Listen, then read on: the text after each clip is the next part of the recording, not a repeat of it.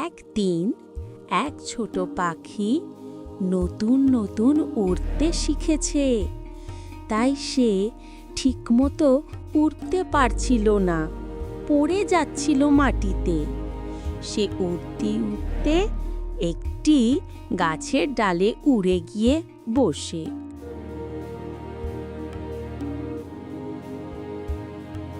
আর সে বসে বসে ভাবছিল যে আমাকে আরো ভালো করে উড়তে শিখতে হবে, না হলে আমার যে কোনো সময় বিপদ হতে পারে।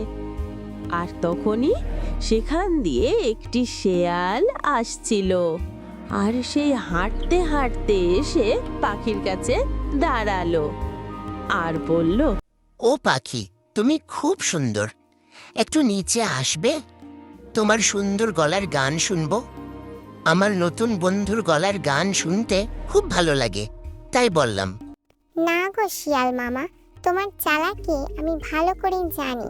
গান যদি শুনতেই হয় তুমি নিচে থাকো, আমি উপর থেকে শুনিয়ে দিচ্ছি। শিয়াল হতাশ হয়ে চলে গেল।